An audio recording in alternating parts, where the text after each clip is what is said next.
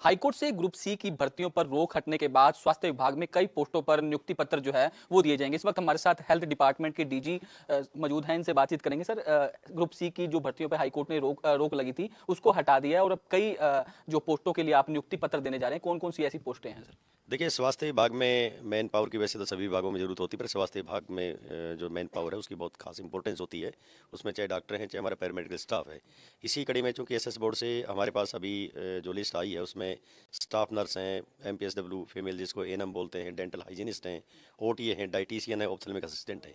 इनकी लिस्ट आई है और इस पर हमने कार्रवाई शुरू कर दी। हम कल से ही इन सभी कैंडिडेट्स को इनके प्रमाण पत्र वेरीफाई करने के लिए बुला रहे हैं। बायोमेट्रिक वगैरह वगैरह जो इनकी अपॉइंटमेंट से पहले की चीज़ें होती हैं सब कार्रवाई करके और इनको हम रिक्त स्थानों पे अपॉइंटमेंट जारी करेंगे और सीएमओज को भी निर्देश देंगे कि वो इनको का मेडिकल करके तुरंत इनको ज्वाइन कराएं, ताकि हमारे विभाग में जो ये कर्मचारी आएंगे इनके कारण से काफ़ी कुछ हमें जो मरीजों की देखभाल करने में की गुणवत्ता में और भी सुधार आएगा। तो कब तक सर इनको ज्वाइनिंग लेटर दे दी जाएंगे और कब तक इनकी ज्वाइनिंग जो है तमाम इलाकों में हो जाएगी जहां जहां उनको ज्वाइनिंग मिलेगी? संख्या में उम्मीदवार हैं, जिस तरीके से ओटीए, डेंटल हाइजीनिस्ट हैं, डाइटिशियन और ऑर्थोपेडिक असिस्टेंट हैं, इनको कल ही जारी कर देंगे। एमपीएसडब्ल्यू फीमेल जो है वो 384 हैं और स्टाफ नर्स 1357 कैंडिडेट है। इनमें हमें 2-3 दिन लग जाएंगे। संडे तक हम कंटिन्यू हमारे स्टाफ की हमने कमेटीज बना दी हैं, सारे प्रबंध कर दिए हैं। इनके डॉक्यूमेंट चेक करके इनको वेरीफाई करके हम दे देंगे और सीएमओ को निर्देश जारी कर रहे हैं कि वो इनका तुरंत मेडिकल करके और इनको कार्यग्रहण कराएं। सर, प्रदेश के तमाम अस्पतालों से आ रही हैं कि अस्पतालों में दवाइयां खत्म हो चुकी है और जो दवाइयां अंदर वो बाहर की दवाइयां लिख के दी जाती है, तो इस तरह के मामले आपके पास भी सामने आएंगे तो क्या कार्रवाई रहेगी इसमें? देखिए, ऐसी कोई बात नहीं, दवाइयों की कोई कमी हमारे पास नहीं है वर्तमान में। और हमारा वेयर हाउस एक सिस्टम है सेंट्रल, यहाँ एचएमएस सील के द्वारा प्रोक्यूर करके उन पे दी जाती है। उनसे जिस भी पीएचसी और सीएचसी अस्पताल को दवाई चाहिए वो इंडेंट करके दवाई प्राप्त कर सकता है। जो दवाइयाँ एचएमएससीएल के वेयर हाउस में किसी भी कारण से अगर अवेलेबल नहीं होती हैं तो हम उनको एमएमआईवाई के तहत समय समय पे बजट रिलीज करते रहते हैं, ताकि वो दवाइयाँ अपने स्तर पे खरीद के और सभी प्रकार की दवाइयाँ सुनिश्चित कराएं।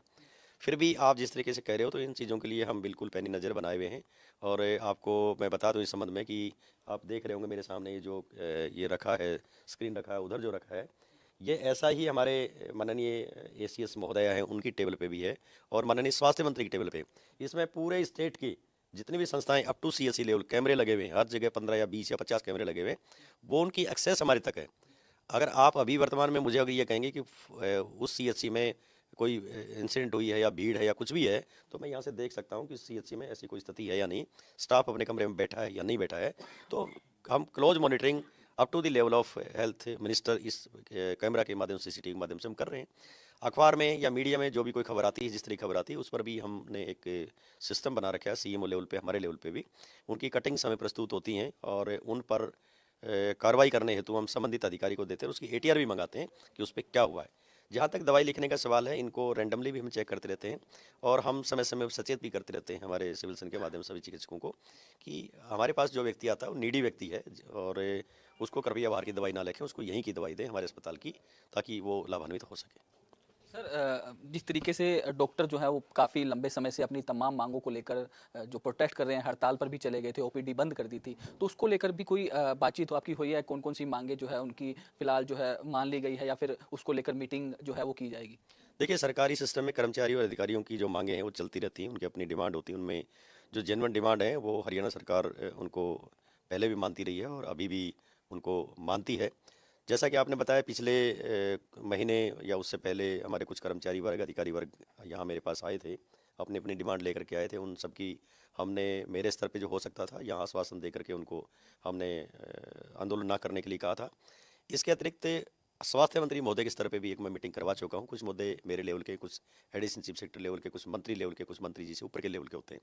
उनमें मंत्री जी ने हमें 29 तारीख को जो मीटिंग हुई थी उसमें कुछ निर्देश विभाग को दिए हैं, उन निर्देशों पर कार्रवाई हमने शुरू कर दी है।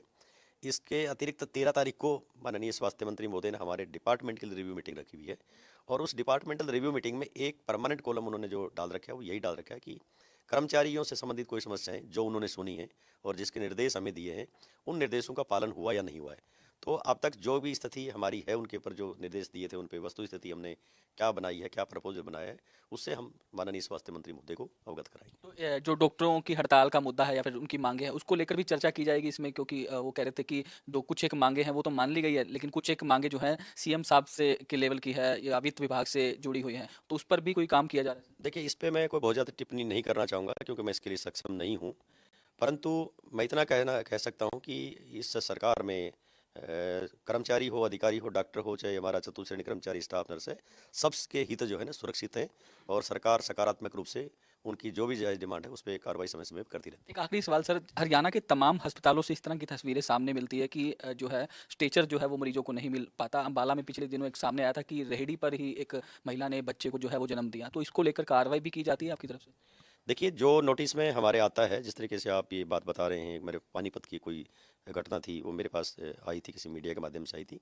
तुरंत हमने सीएमओ को आदेश दिए थे। फरीदाबाद की घटना आई थी, उसमें हम बाकायदा उनसे एटीआर मांगते हैं, और ये भी मांगते हैं, जवाबदेही तय करवाते हैं। किस कर्मचारी, अधिकारी की या किसी भी लेवल पे कोई कोताही हुई है तो उसके खिलाफ तुरंत कार्रवाई करने हेतु निर्देश दिए जाते हैं। शुक्रिया हमसे बातचीत करने के लिए। तो ये थे हमारे साथ हरियाणा के डीजी हेल्थ, जिनका साफ तौर पर कहना है कि तमाम अस्पतालों में जो दवाइयां हैं वो कहीं ना कहीं पूर्ण है, और अगर किसी भी प्रकार की डिमांड जो है अस्पतालों से आती है तो उसको पूरा किया जाता है। चंडीगढ़ से वीडियो जर्नलिस्ट जतिन के साथ साहिल रुखाया, इंडिया न्यूज हरियाणा।